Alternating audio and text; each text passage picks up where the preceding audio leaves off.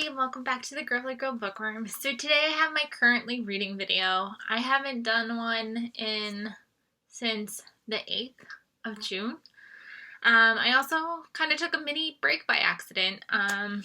So Sydney was getting baptized and I kept being like, I'm gonna film, and then obviously her baptism kind of just took the forefront, and then after that I was like, I'm gonna film, but then I just didn't. Once you get out of the routine of filming, it's sometimes hard to get yourself back into the routine of filming. I've also been very, slumpy this month. I've read 9 books in total so far, and I think there's still 5 more days left in June. And 9 isn't a bad number, but for some reason, it feels so slumpy to me because I'll go days without reading, or I'll read 20 pages and then I'm like, man, I'm good, I'm done. And I don't know if it's because if you look at the star ratings of my books that I've read, I haven't done a terrible job per se, but for some reason, I don't know, I had a lot of books that felt like I had to read this month, because of either trying to support Black authors or trying to do 1,000 buddy reads. I have books that I've had to review. I just feel like I've had so many books that were you need to read these. And I kind of put my heart to the side. And the bad thing is it's not that I didn't want to read any of these books. So even if I had to read them, I wanted to read them. So it's just a weird fight that I've been having in my head. And I don't know. I'm trying to make sure that June doesn't turn into this month. So I haven't filmed a June TBR yet. Famous last words, I will probably film one right after this one. But I just feel like I want to be able to go with the flow a little bit better. And I don't know. My headspace has been very off this month. And I don't know what to do about it. So we're just going to try to figure it out along together. So the first book that I have to update you on is Match Cut by, sorry, I'm checking your name, make sure I get it right, Julie Olivia. This author kindly reached out to me on Instagram saying, I have a new book, would you like to read it and review it? And I was like, sure, send it my way. And it was a really sweet book. It's about our main character, and she grew up in this really small town, and she wanted to be she wanted to make documentaries. And so she leaves her small town after kind of being turned down by her brother's best friend. So she leaves town and she doesn't come back, and then she kind of has a really successful documentary, and there's a lot of pressure on her to come up with her second one, and she's kind of having a really hard writing slump, speaking of slumps. So she comes back to her hometown, and lo and behold, her brother's best friend still lives in town. Her brothers are twins, so they kind of were all best friends too. And he's still there, and it's a really cute romance, and I really liked her brother too, and I was like, I really hope he gets a romance too, and the author was like, yes, he's getting one too, and I was like, yes. So really sweet small town romance, and I love a good small town romance because they just feel so homey and comforting. So this was the perfect read that I needed at that time, and I gave it 4 stars. And I can't wait to see more by this author. It was my first book by her, and it definitely won't be my last. And look at this cover. It's gorgeous. The next book I read was for a group buddy read, and that is The Vanishing Half by Britt Bennett. This one I was really excited for. It's about twins who go missing. And they are raised in this interesting town that only tries to continue to get whiter, if that makes sense. They are all Black, but they continue to mate with people to try to make sure that they can be as white as they can be moving forward. So they're really, they don't like people who are darker than them, which is interesting. It was a very interesting concept. So these twins are living in this town. They hate this town. Their mom, like, they're kind of like the president of this town, even though they're still pretty poor off. I don't know if president's not the right word, but they're very, like, they're like the popular family in town, I guess. When they are younger, their father, though, gets dragged out of the house and he's killed by some white men. So the girls are kind of terrified of that. And their mother, at one point when they're about 16, goes, okay, we can't afford for you to keep going to school. We need you to work, so I'm pulling you out of school. And the girls kind of don't like this answer, and they choose to run away. And now it's years later, and one of them comes back, and she has, she's running away from an abusive marriage, and she comes back with this dark-skinned child, and obviously it's not accepted in this town, so that has its own repercussions. And the other sister has kind of also gone missing on her own, but we know that she is passing as a white woman. So we're kind of following the two sisters, and we're kind of following through different generations. So, like, we'll follow, like, 1978 for a little while, and then we'll, like, jump ahead, like, 10 years.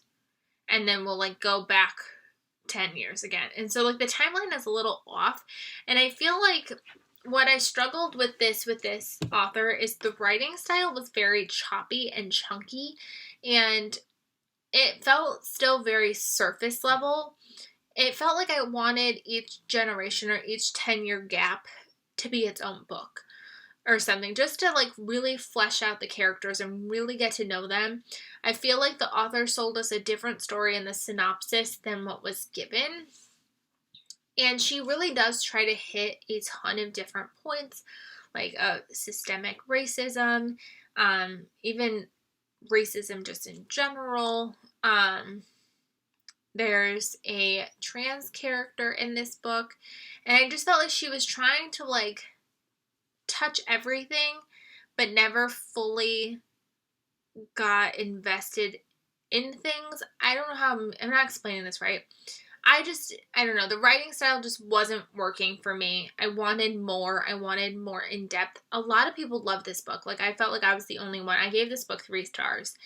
And I felt like the rest of the group were giving it like 4 or 5 stars. They were really addicted to the way this writing style was, because I think it gives you just like that taste that makes you want to keep reading. But for me, I wanted more in depth, and I wanted more about the sisters. Like, we do end up getting one of the sisters' daughter's perspective. We get both of their daughters' perspectives at one point, and it's just like, I didn't want them. I want the sisters. I wanted the sisters' story, and I feel like I didn't necessarily get the sisters' story. So I think a lot of people will love this one, and a lot of people have loved this one. It just didn't 100% work for me, just in terms of what I wanted and what I expected to get out of this. But it was still a very interesting, intriguing story. So, still recommend it. It didn't 100% work for me. Then the next book that I read was for, she actually did 2 books this month, so we did that one, and then we also did In Sight of the Mountain by Jamie McGillan, and I'll leave a picture up here. This one I read on Kindle Unlimited.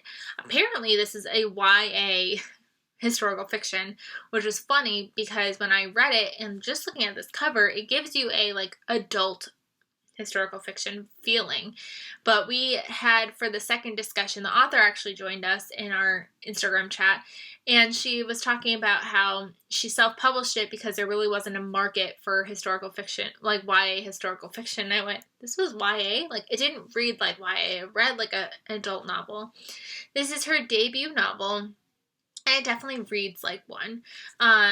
The writing isn't the cleanest writing, but it was still engaging and it was still really good. And it's about this girl in the late 1800s, like 1890, and she really wants to climb Mount Rainier. She sees it every day, and she just has this goal that she's going to be the first woman to summit this mountain.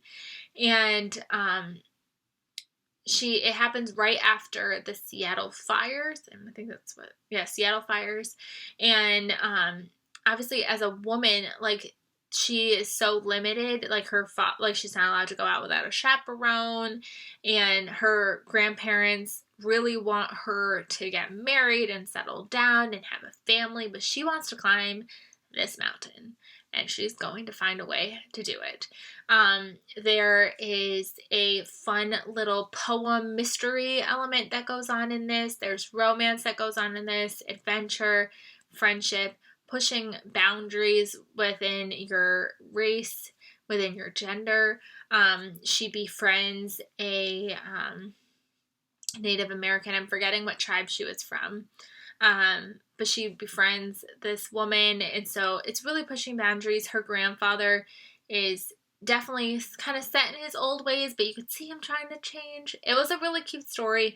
I did have my little like plot hole problems, but I did find out that there's going to be a sequel, so maybe the plot holes will be fixed. We'll see. But I thought it was a fun book. I did give it 4 stars. It was probably closer to like a 3-star, but also being a debut, and I saw the potential. I saw the diamond in the rough, and so I ended up giving it that 4th star. But if you're interested in it, like I said, it's on Kindle Unlimited, so definitely give it a shot if that's something that you are interested in. It was a really sweet little read. Then I finally read Carolina Breeze by Denise Hunter. This is the sequel in the Blue Bell Inn romance series. This came out last month, so I knew that I definitely wanted to get to it and not let it sit around like I did with Lake Season. This, I even got a signed book plate because I ordered it from a local bookstore near her. So I got a little signed book plate for it. This one, this series, we are following these siblings.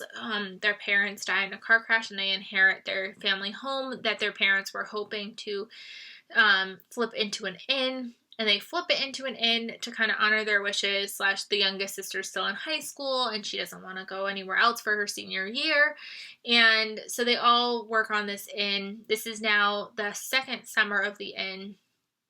And this one we are following the brother.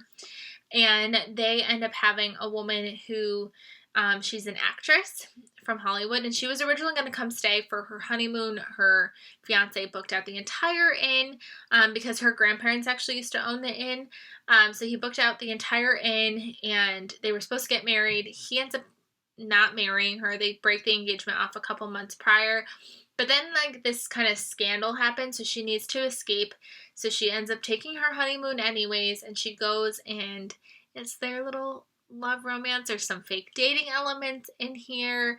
It was just a really sweet read. I did kind of, like, jump between this, because when we do our buddy reads, like, we read half, and then we talk about it, and then we'll read, like, the other half and talk about it. So, like, at one point, like, I needed to wait in between, like, certain books, like, between this one and the other one, and so, like, I kind of picked this up, so I kind of dragged this out a little bit more than I probably should have. If I just, like, dove in and just, like, binged it, I feel like my reading experience, I would have enjoyed it a little bit more. I still gave it 5 stars because it was still really good. I don't know if it's like it's definitely not like my favorite by her, but it's still such a great, sweet read. And I can't wait to see what book 3 has in store. I'm assuming we're going to be following the littlest sister. She turned 19 in this book, so maybe she'll be like 20 by the time we read the next one. So she'll be a little bit older. So I'm interested to see how her romance plays out. I believe that book comes out in the end of the year, but if you know me, Denise Hunter always knocks it out of the park. Christian fiction, romance, sweet, small town, makes your heart melt. Just a good time. Just a good time. And then the last one that I'm going to talk about is Make Me Hate You by Candy Steiner. This is her newest book. I actually read it as an e-arc. They were kind enough to send that my way, and then the paperback got released, and I grabbed the paperback. This is now out. It came out on Thursday. This one is not my favorite by her, unfortunately. It had all my buzzwords. It had Candy Steiner, it had a wedding, it had second chance romance in it. Like, it had the ability to be so amazing. And I had kept seeing reviews comparing it to Love Letter to Whiskey, which I haven't read yet, and said that it was so angsty and so emotional. And I was like, here, I'm here. I am here. And it just was not angsty. It's about a girl named Jasmine, and her mother kind of leaves her behind with her aunt one day, and she runs to her best friend for support, and she ends up finding it's her brother instead. And which was fine because they were best friends anyways. The three of them were like the three amigos. And sparks kind of happen, and he then kind of ignores her right after that. So she just decides to leave town. She leaves town and she doesn't come back. And it's now 7 years later, and her best friend Morgan is getting married. And so now she's got to come back. And she's got like this really successful podcast. She's got a boyfriend. And so it's very interesting to see like how she reenacts with this brother character, Tyler. I feel like this would have benefited so much from having Tyler's perspective. We only get Jasmine's perspective. Even if we got like Morgan's like side perspective, I think it like we needed something. Jasmine was very interesting to read about. I liked her inner turmoil. I liked her character growth. I liked watching her go through the motions. I also loved all the wedding scenes. Like I loved everything that we had. I just wanted more. I just felt like by getting Tyler's perspective, you would have had the angst. You would have seen his conflicting feelings and his conflicting thoughts. And I think it would have changed the story immensely. It is only 273 pages, and it took me 3 days to get through it. I just feel like we needed something more to just like make the pages turn a little bit faster. I still gave it 4.5 stars because everything that was done worked. And I liked and loved what I had, but it just needed that like little something more. I needed Tyler's perspective. Can we get a Tyler's perspective, please? Thanks.